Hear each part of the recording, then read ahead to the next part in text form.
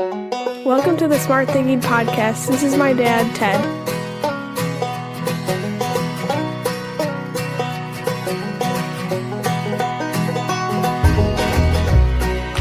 Welcome to the Smart Thinking Podcast. I'm your host, Ted Knightsky.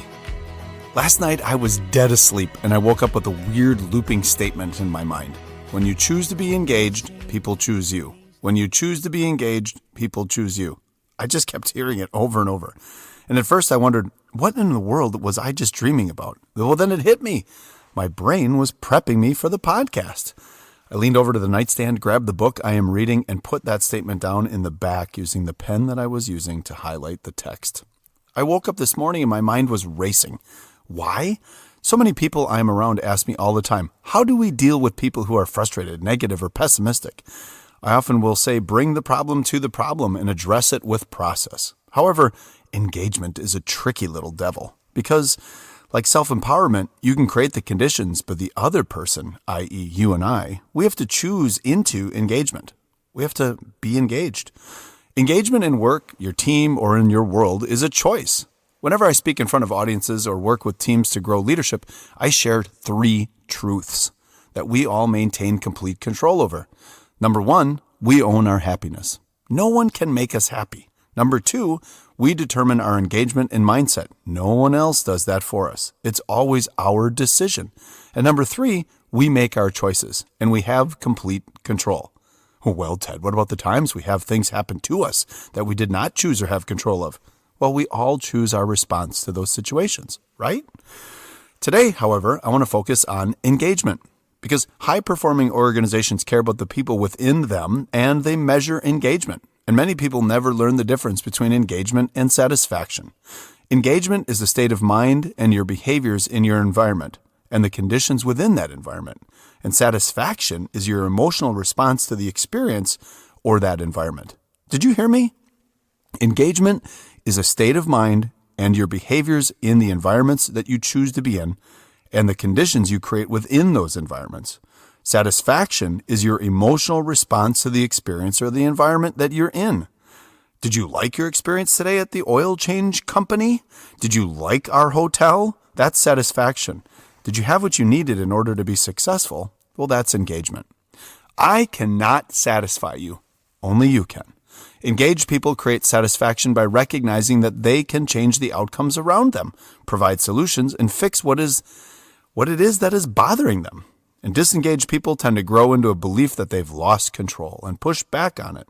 They fight for status quo and will find ways to be frustrated.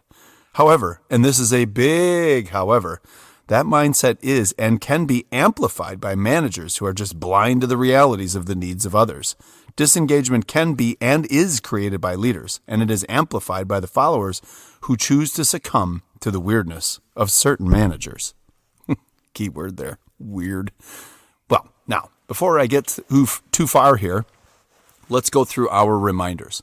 First, number 1, we are all leaders, and leadership is anyone who has influence over another person, making each of us every single day very, very important people in every environment that we walk into, walk through, or walk around, because people are watching us. They're seeing our responses. They are imitating us. They're looking to us for solutions to problems that they have that we don't even know exist, because they're just studying how we handle every situation that we are in. That is significant, and that's leadership.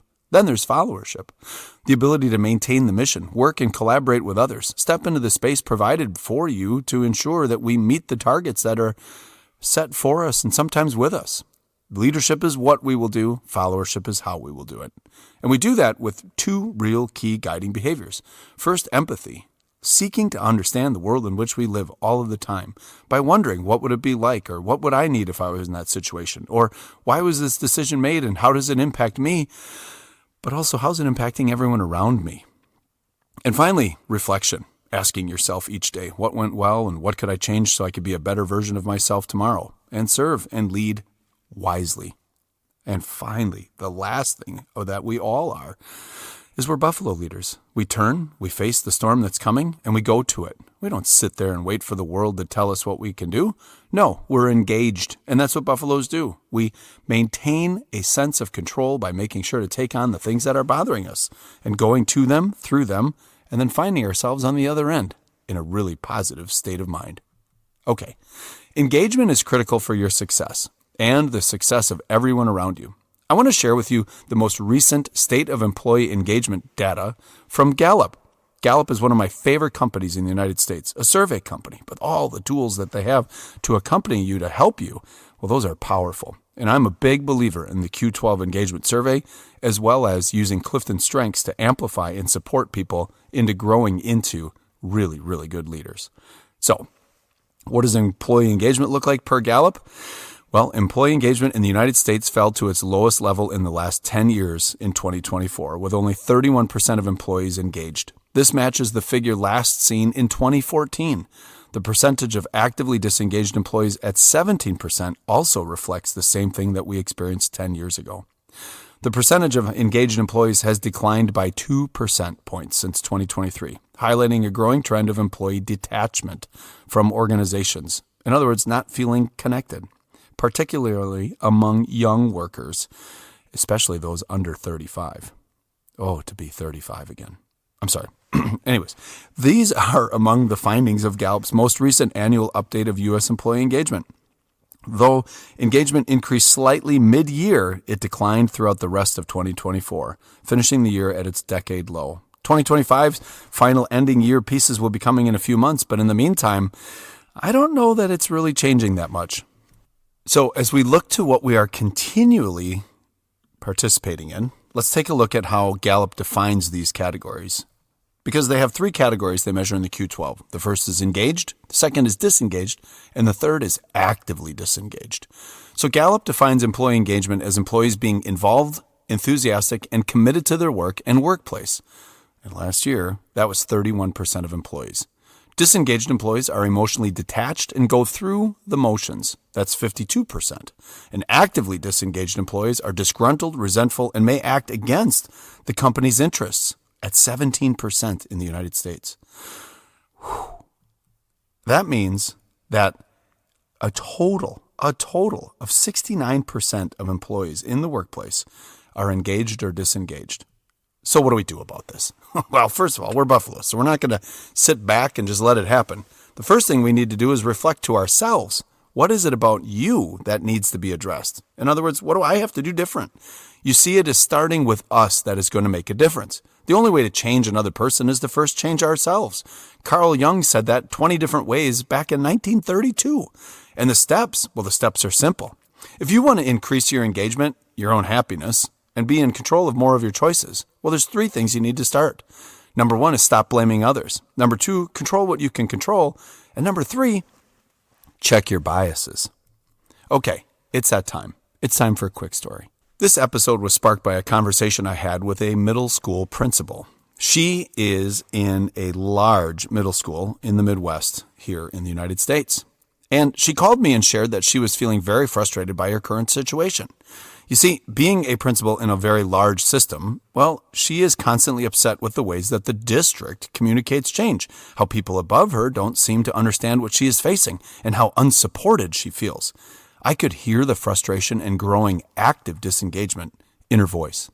She had a lot of good points and was sharing all the things happening to her. She explained how often she was hit with the things that came out of nowhere and how she was surprised by many ideas and shifts that were occurring in the organization. She went on to explain how, her supervisor just always felt like she had to just get through her checklist every time she met with the principal. And the principal said that their interactions were like overly professional, lacked empathy or sympathy, or even like a heart, and that sometimes the feedback she was given was critical and not helpful at all, with no solution or strategy to follow the criticism. I listened to this significant and serious list of infractions. The principal was pretty upset, and as she was explaining more and more, her voice level grew to the point where I almost felt like I was being shouted at on the other end of the phone. I asked her if I could interject. Well, she said, "Of course, that's why I called you." I said, "My interjection is that I'm going to call you back. And I want you to write down these 3 questions to ask yourself.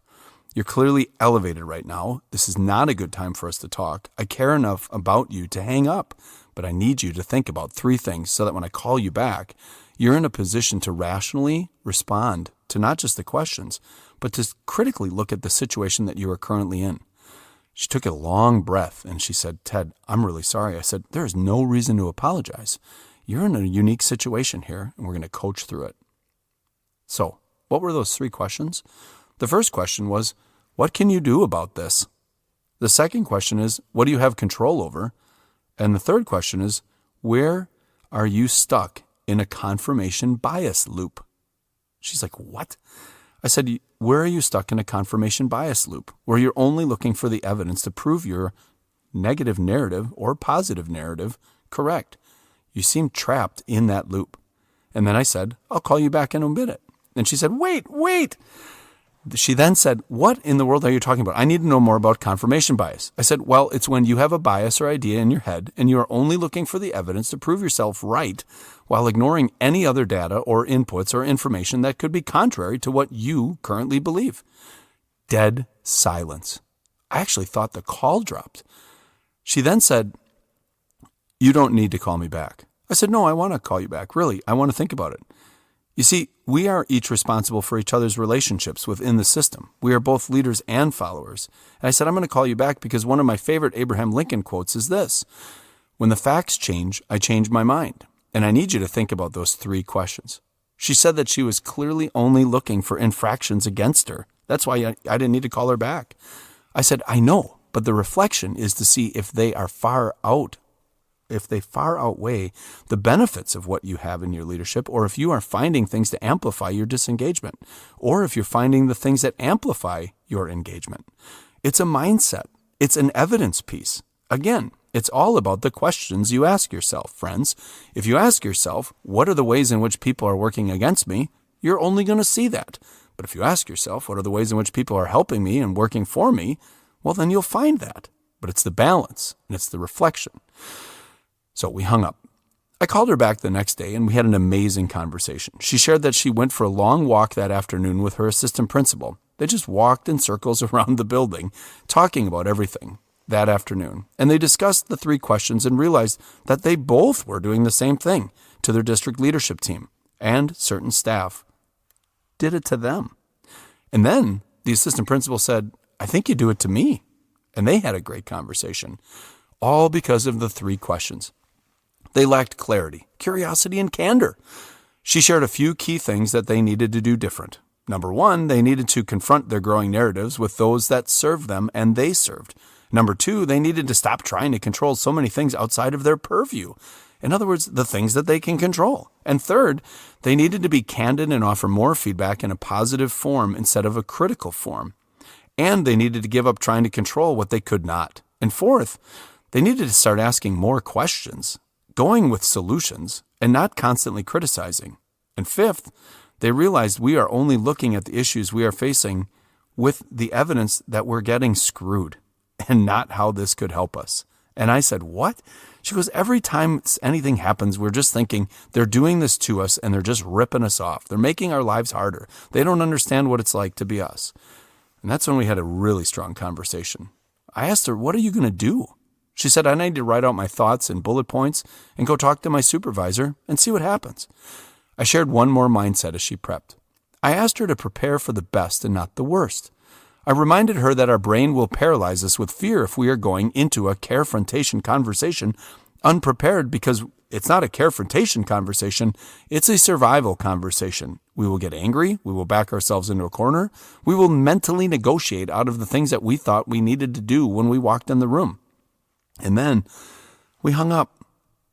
Saturday morning, yesterday actually, I was running on the treadmill watching Slow Horses on Apple TV, which is an amazing show, when I got an alert on my watch, and it said, "Please call me ASAP."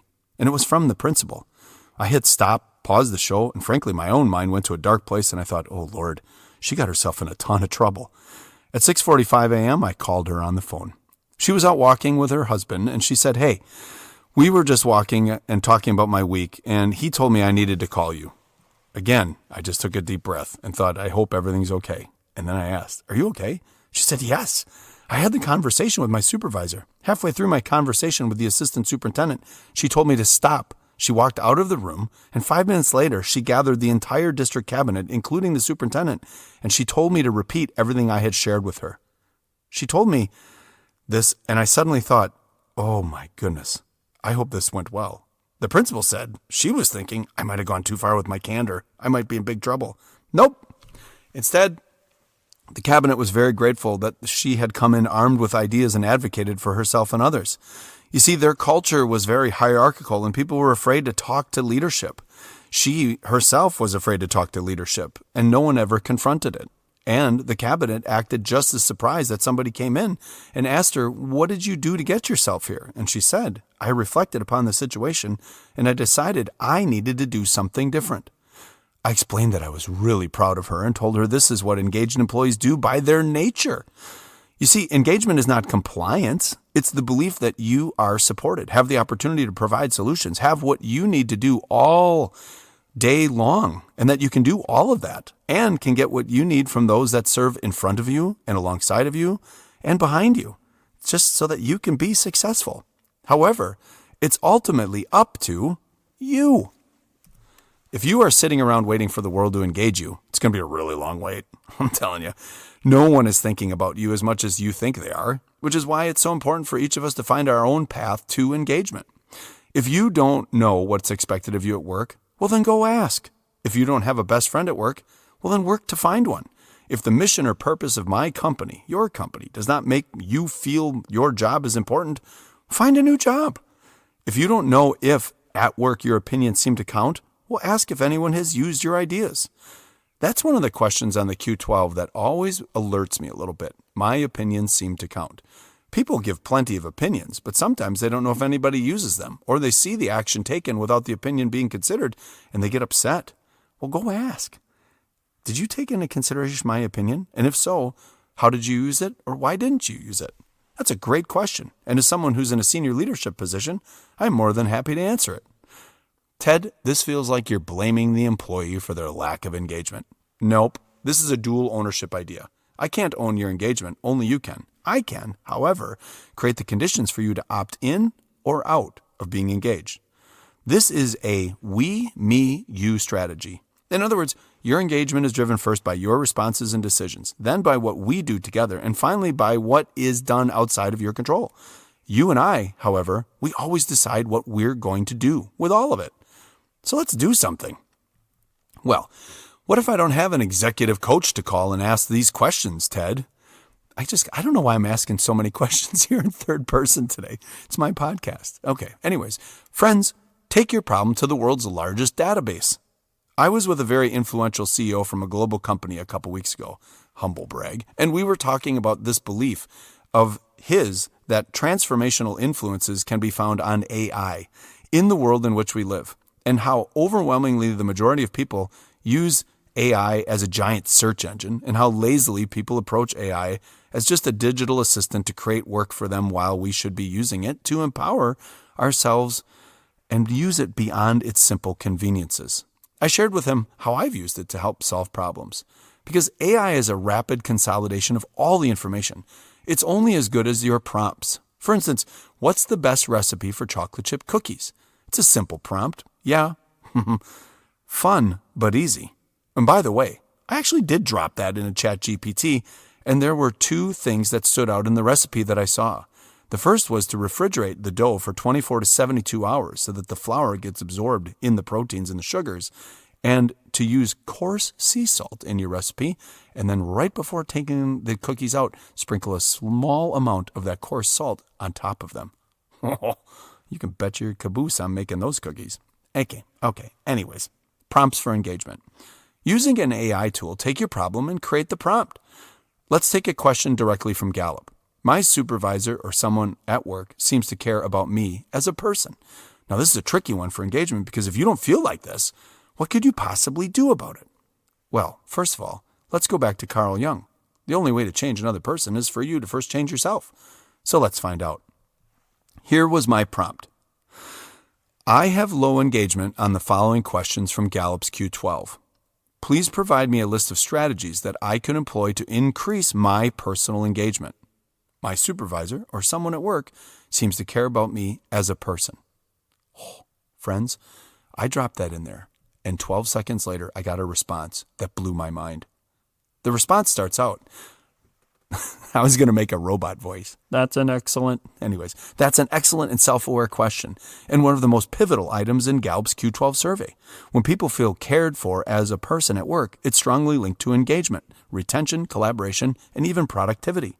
Since you're looking to increase your personal engagement around this question, that means you're focusing on what you can do, both to experience and to cultivate more of what makes sense for you and creating a sense of being cared for. Below is a research-based and practical list of strategies you can employ, organized into 3 tiers: self-awareness, connection building, and organizational influences. Okay, friends, seriously, it's all about the prompts. It's how we choose to go at that question. You could ask the question, why don't my managers create this for me? How come nobody seems to care about me? Blah, blah, blah, blah, blah. But when you first do what you can do to control what you can control, which is you and your response to every situation, it gives you amazing, amazing strategic ideas. Are you ready? The first category or tier is build self-awareness and receptivity. These strategies help you notice and interpret caring behaviors more clearly. The first one is reflect on what being cared for actually means to you, to define what actions you're looking for. The second is to then notice small acts of care that are taking place all around you. The third is share your needs openly but tactfully with other people. And the fourth is seek feedback intentionally, asking for input and feedback. Number 2 is strengthen connection and reciprocity. Feeling cared for often grows as you care for others. Feeling cared for often grows as you care for others. A core principle of the Smart Thinking podcast and our beliefs is that if we put others first, well, they'll put us first someday as well. How do you do that? Well, you show authentic interest in others' lives, express appreciation frequently, find and nurture a trusted colleague, initiate regular connections with your supervisor by having one-on-ones focused not just on tasks, but also your own development and well-being, and be vulnerable in measured ways. Again, this is just what the research says, and it's all the ways that you and I can do it. The third tier is shape your environment and culture. You can influence the context that supports caring relationships at work by joining or starting a culture of wellness and creating initiatives around it. Recognizing caring behaviors publicly. In other words, positively reinforcing the good things that are taking place. Align work with your strengths and mentorship, both indirect and direct. Okay, now you heard it. You heard the 3 tiers. I didn't make that stuff up. It was made up for me using AI. It was a bunch of things that we've talked about on this podcast over the years. However, it was consolidated around a single engagement question about feeling cared for at work and what I need to do different. And it sounds like, pretty clearly, what I need to do different is lead. That was amazing and a very comprehensive list. And the key here is those 3 ideas and prompts from the start of the podcast, because the steps are simple. Stop blaming others, control what you can control, and check your biases. And if you have done all of that and still feel disengaged, well, then it's time for us to help you find where you can be engaged. Using the tools that are all around us to find out what you can do different is powerful and simple. So what do you do to control this? To control your happiness, your engagement, and your mindset? Well, this is the Smart Thinking Podcast, folks. So you know what we're going to do? We're going to do something. We're going to control what we can control. We are going to stop waiting for others to solve our problems. Nope, we're not doing that anymore. This is a turn, face it, and go to it moment. So what's stopping you? Let's do some smart thinking.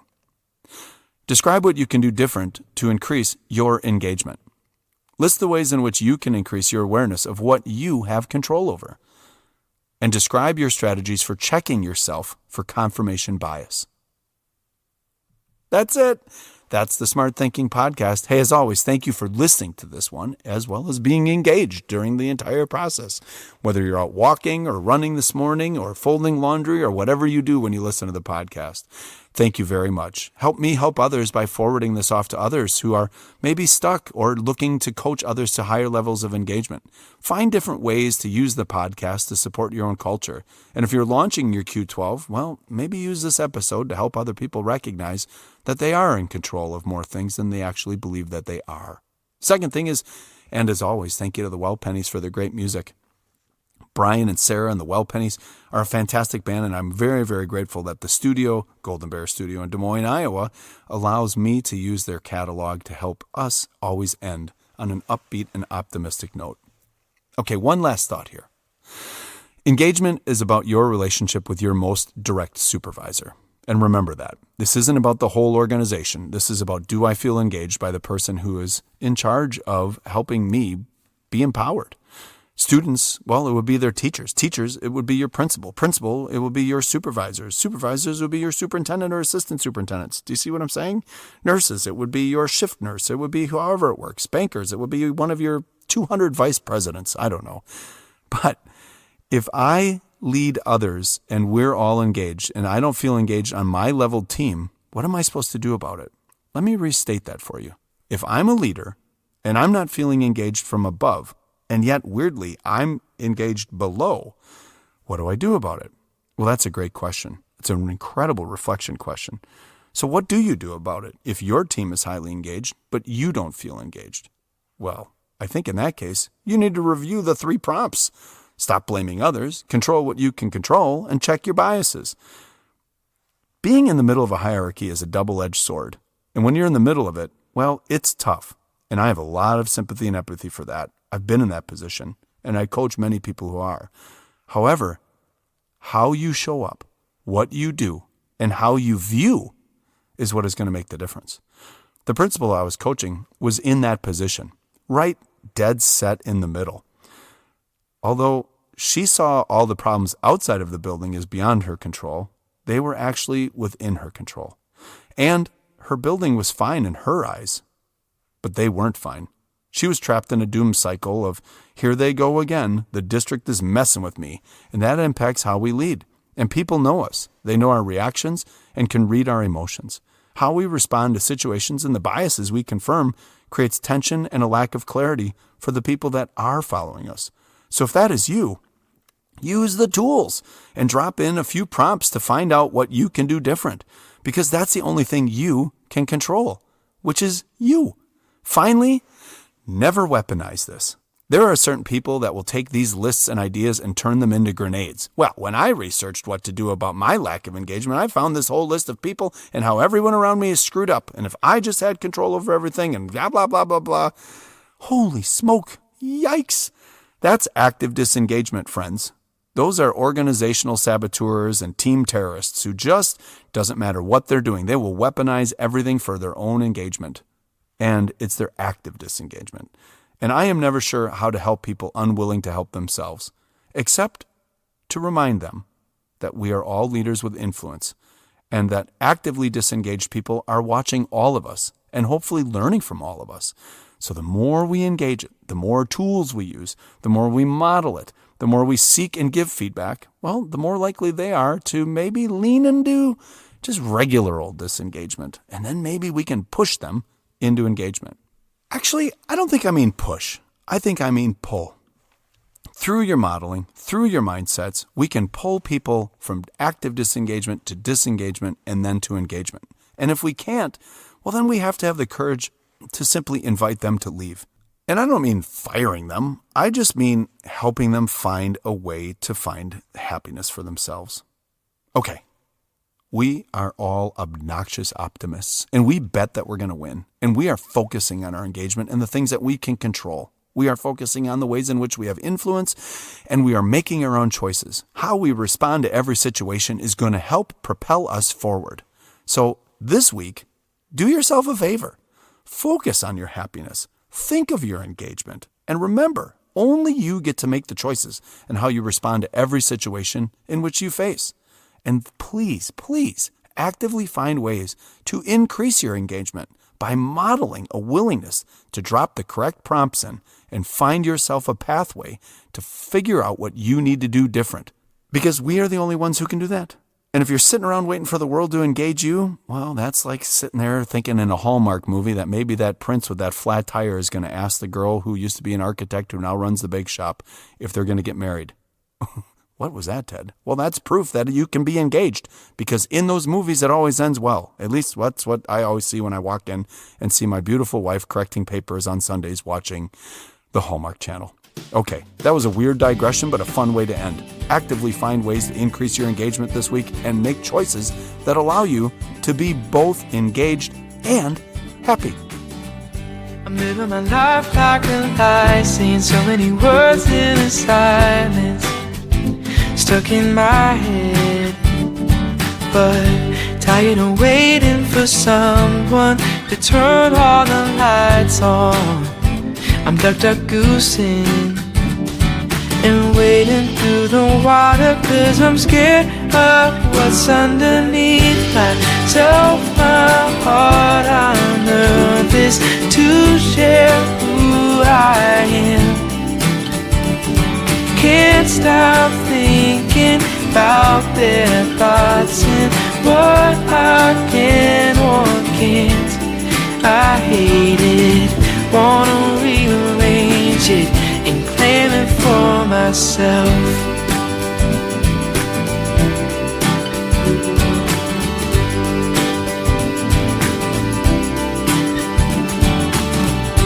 Wondering what it can be like to not hold back and live life without pretense. It's time to believe and be bold. Can't stay this way till I'm old. Looking back, feeling sad I didn't try. I'm gonna let my soul fly and be all of myself. My heart, my nerve is to share who I am. Can't stop thinking about their thoughts and what I can or can't. I hate it, wanna rearrange this and claim it for myself. I've been sailing out to the ocean high, can't believe it's time to come back to shore. And I've been so far gone for too long and dreaming about what I'm missing out on. Myself, my heart on earth is to share who I am. Can't stop thinking about their thoughts, what I can or can't.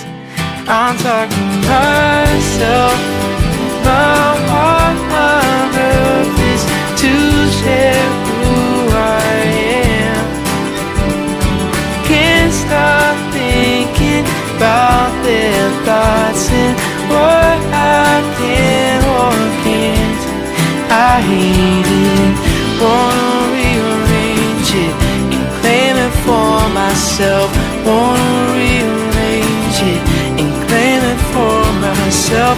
Wanna rearrange it, claim it for myself.